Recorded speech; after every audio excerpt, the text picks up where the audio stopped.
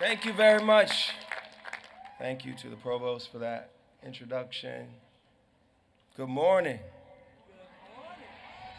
and congratulations. Now I'll try to be brief this morning. As a musician, this is about 10 hours before I normally go to work, so I'm going to need a nap soon. And you've also got degrees to receive. And I also have a feeling some of you are already tired of me. The thing about pop radio in America, somehow they've scientifically determined that the public is only capable of liking the same 10 songs at any given time. So they simply play those songs over and over and over and over until you're finally completely exasperated. Then they move on. Now, I've had a 10-year career as a major label solo artist, and none of my songs has ever been one of those 10 songs until this moment. And now,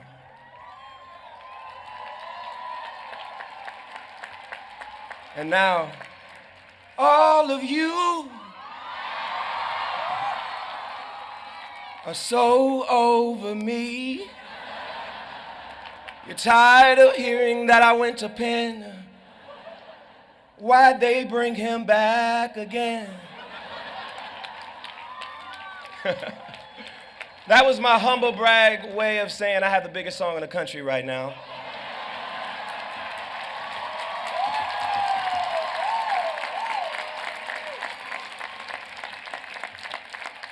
But honestly, I am truly humbled and honored and grateful to be here at the commencement of the University of Pennsylvania, one of the finest universities on the planet.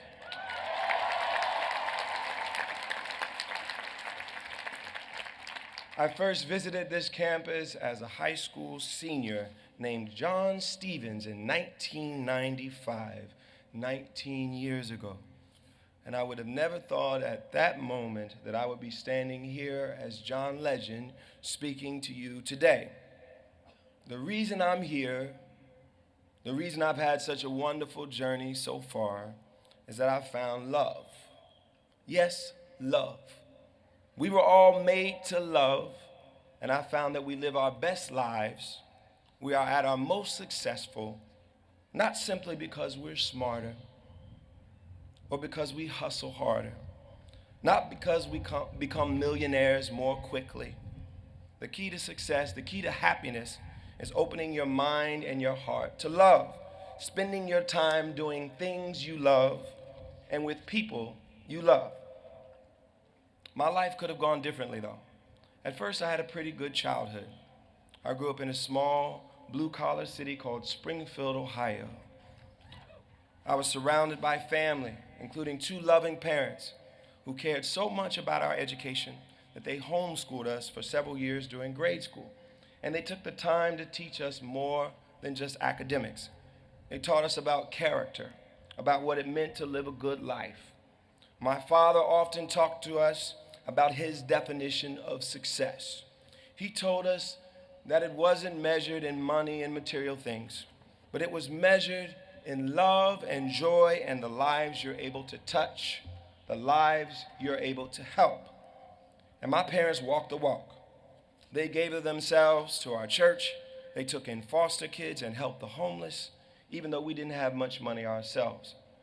Growing up in the Stevens house also meant you were immersed in art and music and encouraged to be creative.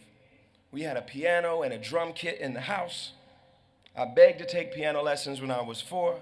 I started singing in the church choir and in school plays by the time I was 7. I fell in love with music at a very young age. My family was like a model family in our church and our local community. My parents were leaders, raising intelligent, talented kids in a loving environment.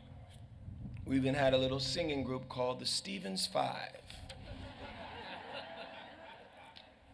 But things started to fall apart when I was 10.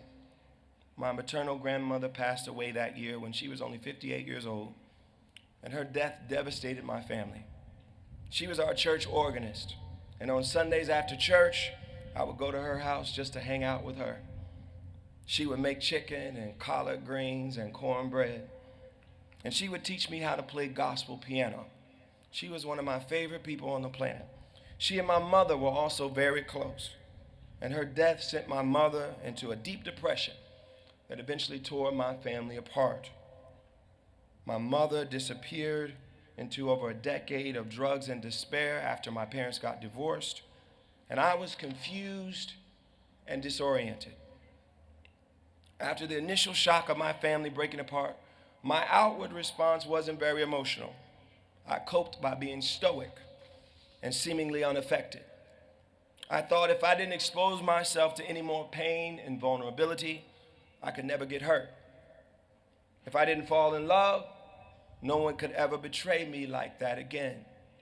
I busied myself with schoolwork and lots of activities and tried not to think too much about my family situation, tried to avoid pain whenever possible. A big reason I only applied to colleges on the East Coast was to make sure I had no reminders of home in my daily life.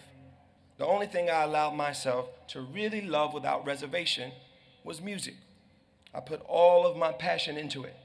I spent so much of my spare time working on it that I barely got any sleep.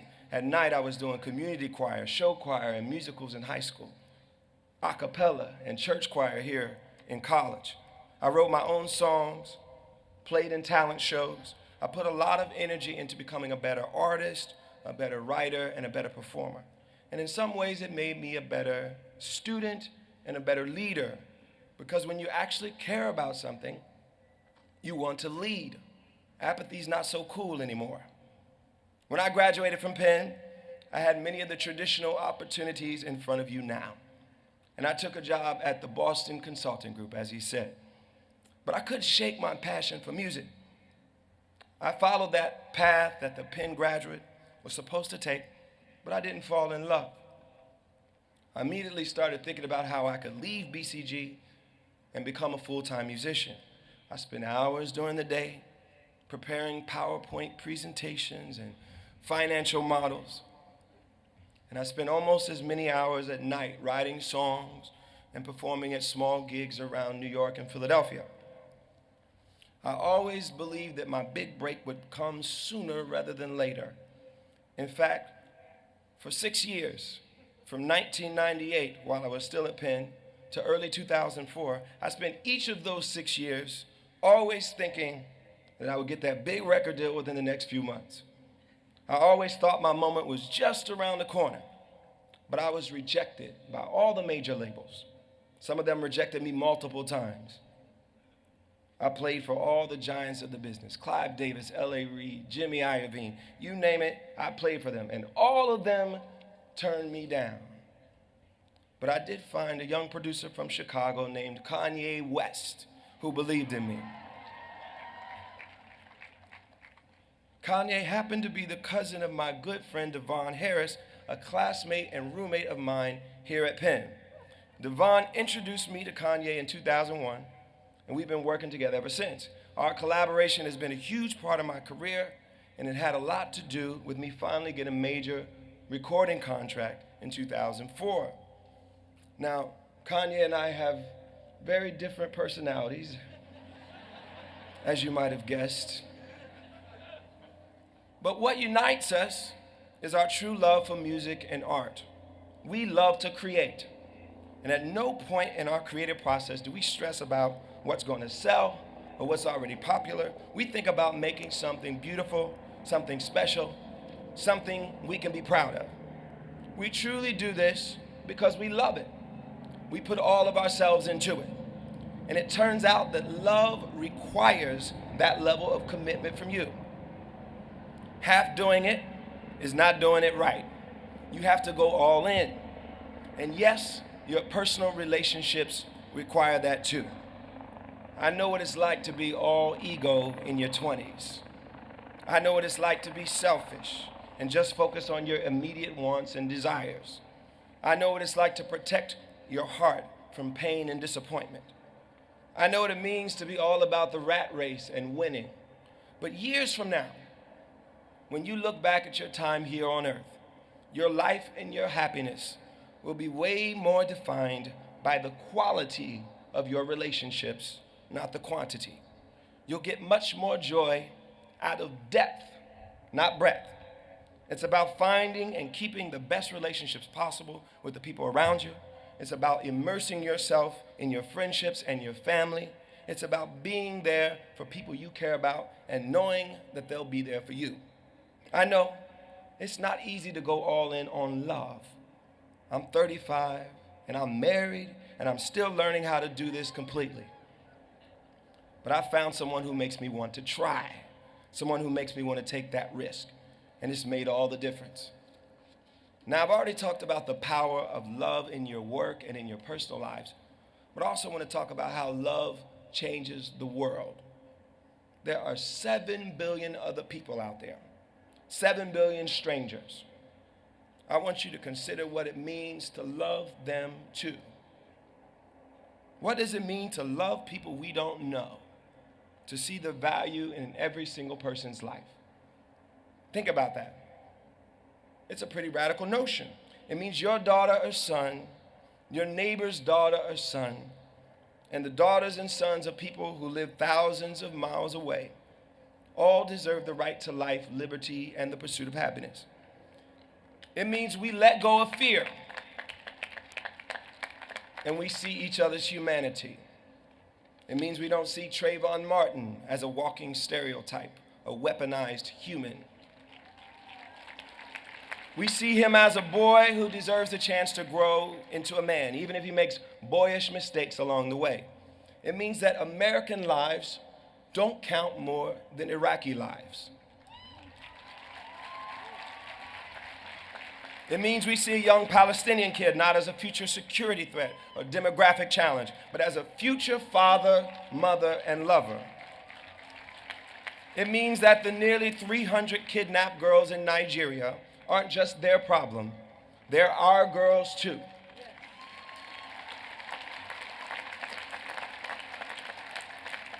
It's actually quite a challenge for me and quite a challenge for you to love humankind in this way. Professor Cornel West gives us a word for what that kind of love looks like in public. That word is justice.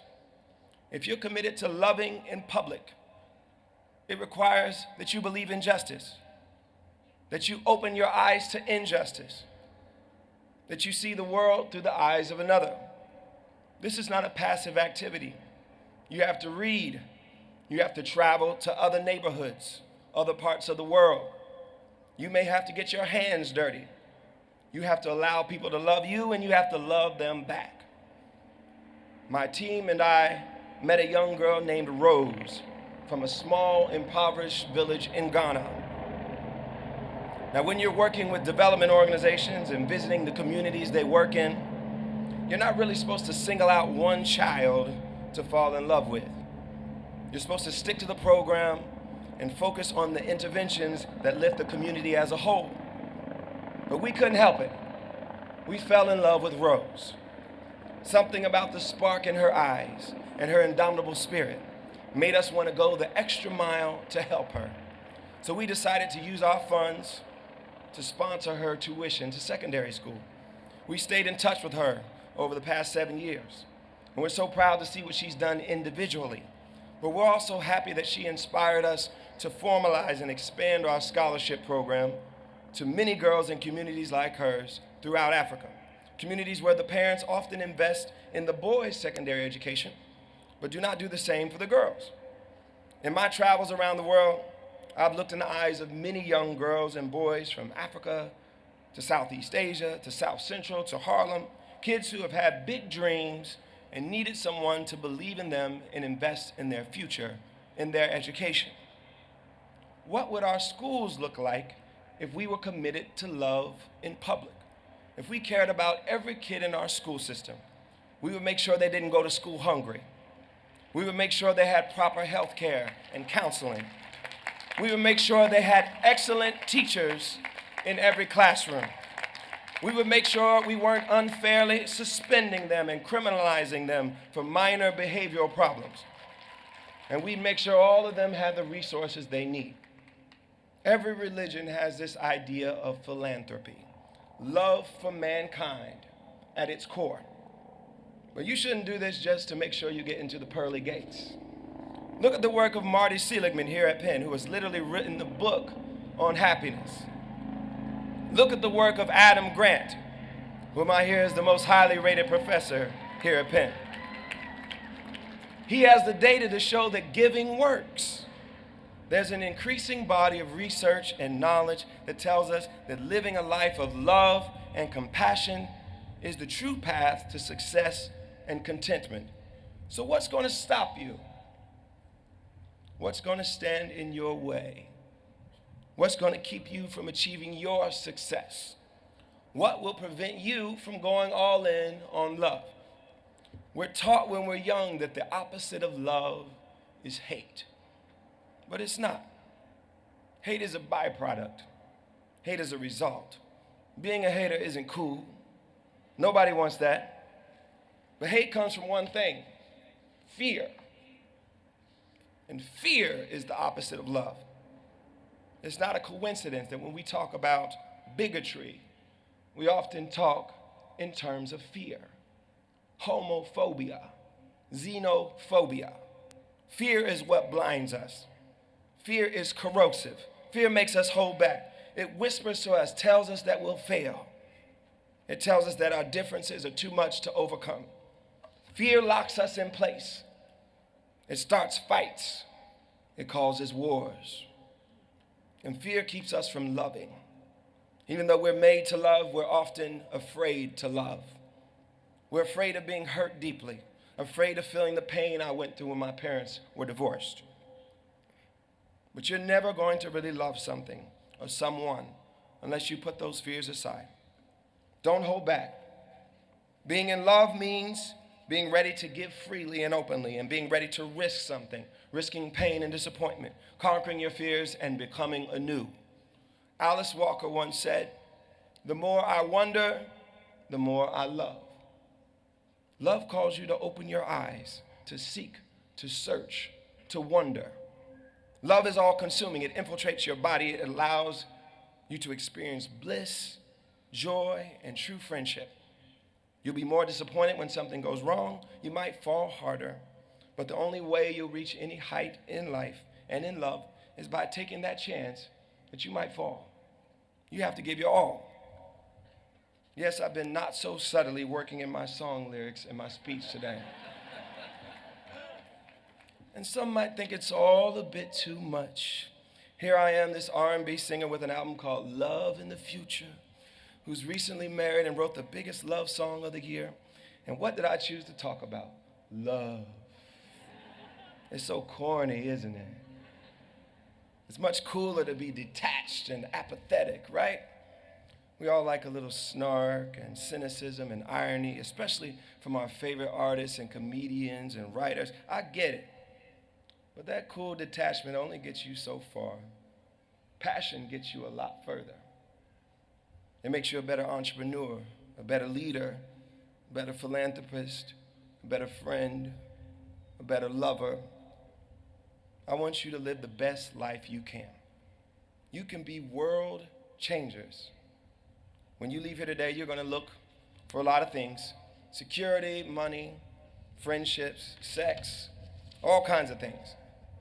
But the most important thing you'll find is love. So love yourself, love your work, love the people around you. Dare to love those who are different from you, no matter where they're from, what they look like, and who they love.